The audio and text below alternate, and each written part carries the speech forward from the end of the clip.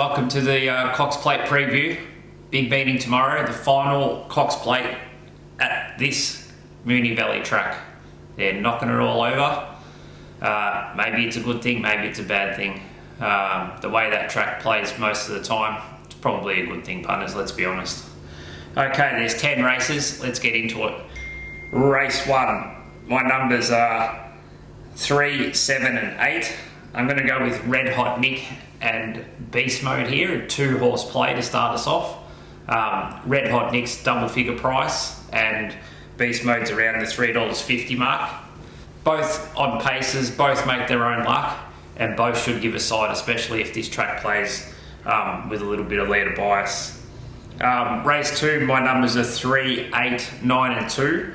I'm going to go with Virtual Illusion here. It was a good win at Murray Bridge, and the girl riding it, that was her first ever winner.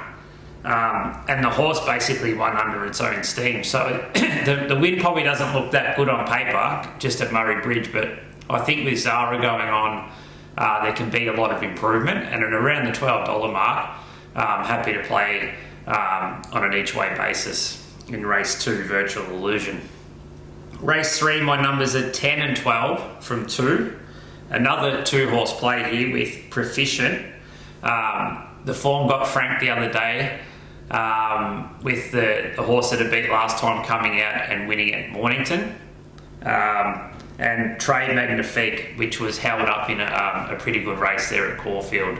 If he gets a little bit more luck tomorrow, he can be in the finish as well. So that's Proficient and Trade Magnifique in race 3. Race 4, I'm going to play a roughie here on an each way basis. I just saw this horse held up, looked to be travelling well, Prestige Snitzel. Couldn't get out in a pretty good race at Caulfield last time. So I just thought at the price where it's an open race, not too wrapped in the faves, I'll just have something small each way here. Race 5, my numbers are 2, 6, 3 and 1. This is another tough race, but I'm going to have something on the horse here resuming over the 2000, which is a tough ask, but Point King's been jumping out well. Had one jump out over 1200, then the second one was over 1400. I'll back the camp in here to have him right for the race, and again, just another small each way play in race 5, Point King. Race 6, my numbers are 9, 6, 3, 8, 5. I'm going to back She's Unusual here, coming down from New South Wales. The win last time was impressive when got on speed, and I think he can do the same thing again. The third horse in that race actually came out and has won since, so the form's been franked. And I just thought the other fave in this race looks slightly unders coming from the beg yard. Very good camp, not knocking him at all, but I just think at the prices, She's Unusual looks a better bet. Race 7, my numbers are 4, 8, 1, 7, 3. I'm just going to go with Rise at Dawn here. I just think it can get on speed, it's third up, it's fitter, it just looks ready to rumble now. Again, it's something around the $4, $4.50 mark. We can back him each way, and he'll give a good side on pace, I reckon. That's Rise at Dawn in race 7.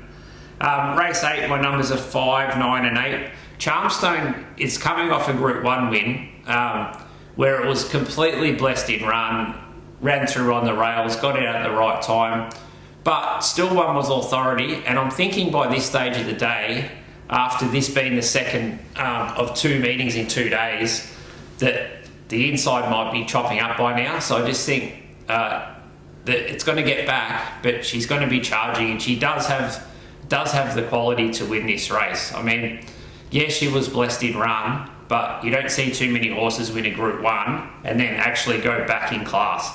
So Charmstone's the one in race 8. Race 9, my numbers are 1, 13 and 3. This is the Drum and Vase, and this is Observer. It's been absolutely smashed into $1.75. All you have to do is look at the replay of the Guineas, where arguably should have won, or at least come second, been in the finish. Looks to come across, get the lead. It's going to be very hard to beat, but There's no spoil on the price now, but yeah, Observer does look the clear winner of race 9. Race 10, the Ladbrokes Cox Plate. My numbers are 9 and 6 from 2 and 8. So what I'm thinking here is that I'm going to go with a bolter, a small play on the bolter Nepotism, the 3-year-old. I just think that we may look silly after the race, but I just think that some of these at the top of the market, they're just not going as well as they have been or should be going into this type of race. So if they're slightly underdone and not going as well like we think they are, then Nepotism looks the value coming out of the Guineas, where it was just held up, was well back in run, hit the line well, ran through the line well, and has a massive weight advantage on him. It's drawn to do no work and just poking along behind him. And if the gap is at the right time, I think he can be in the finish. The obvious is Via Sistina. Her work on Tuesday was super, so maybe they've just been building her up slowly for this race and she's just going to explode. But it's not going to be a hard run race like a normal Cox Plate, I don't think. It's definitely not going to be anything like last year. There's just no speed in it. So I can see it being like a relatively close finish. And given that, I'm happy to be with Nepotism on an each-way basis, and I'll save on the champ Via Sistina. But it's another card there, punters, especially early on, where if we can get a couple of winners, that'll take care of the day for us, and then we can just play with theirs for the rest of the day.